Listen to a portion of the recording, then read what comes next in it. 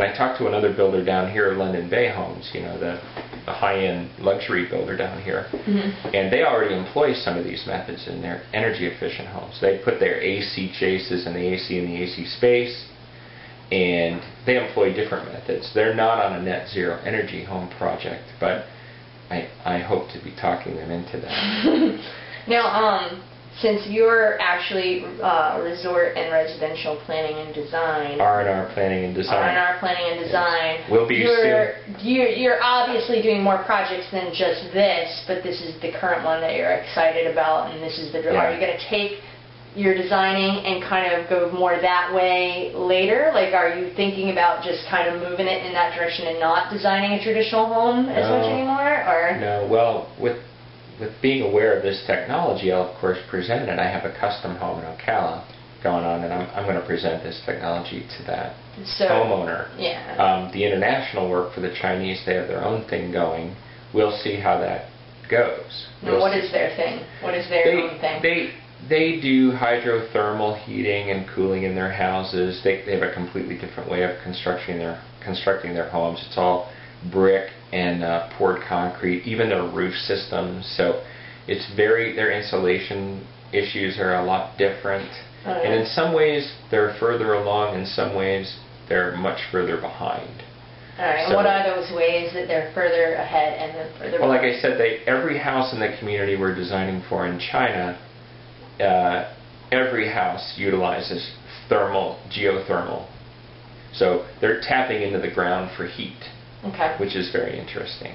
They're not using any solar in this development, but many, many houses that have been standing for years and years have solar water collectors, heaters on top of their roof. You see them everywhere you go. Okay. But this project, I'm hoping, will lead to something larger for me, at least domestically, since most of the designers out there who sell stock plans simply will type up a green list of products, solar, whatever else. And basically sell it with their stock plans. And of course I understand that it's a very expensive proposition to actually, you know, try to retool their whole designs to fit an appropriate energy you're kind saving of working design from the inside out as opposed to just adding accessories. That's exactly right. Yeah. So all the stock plan designers simply add a sheet and an advertising. It's somewhat smoke and mirrors, but I do understand it.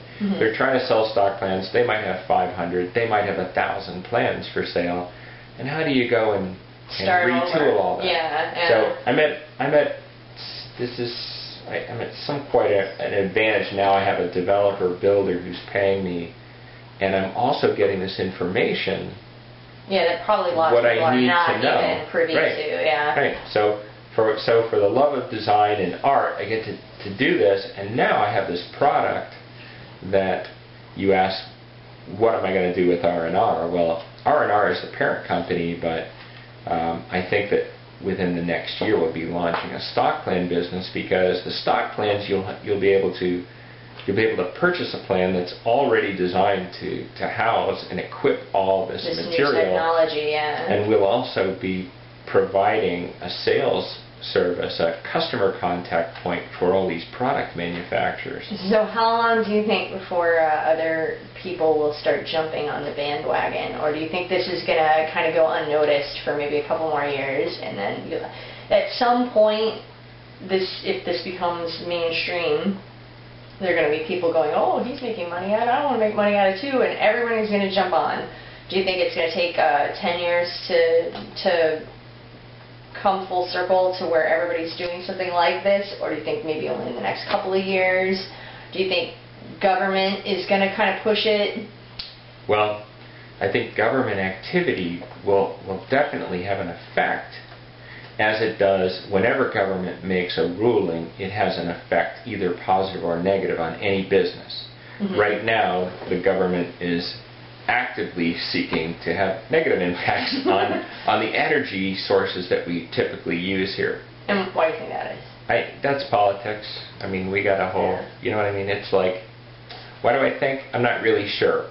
I know that solar and wind account for 1% of our energy, They don't seem to have any need to get nuclear up and going, even though with 500 nuclear power plants, we would be selling oil to the Arabs. Yeah. So that's a whole different topic. How long do I think? Well, let me just tell you, off of the first two prelims, the first floor plan, what you're looking at, Mediterranean, and this one, while they were still in prelims, before we did any CAD drawings, they had 2 sales. So the developer was pretty shocked because he hadn't sold 2 homes in a week's time in months.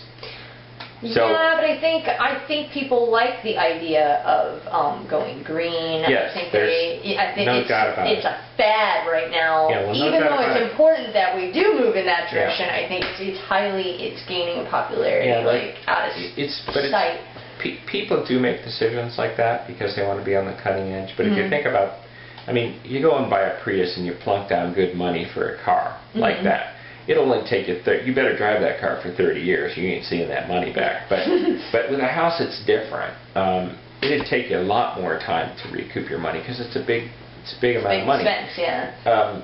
However, it does come down to dollars and cents. If the house we're in right now, if my house was a net zero house, I would have long since paid off the additional fees, and I would save $300 a month. So at a certain price point, see, this builder-developer thinks at his price point, up it from $250 to $450 roughly, that it's an attractive thing to save that much money every month.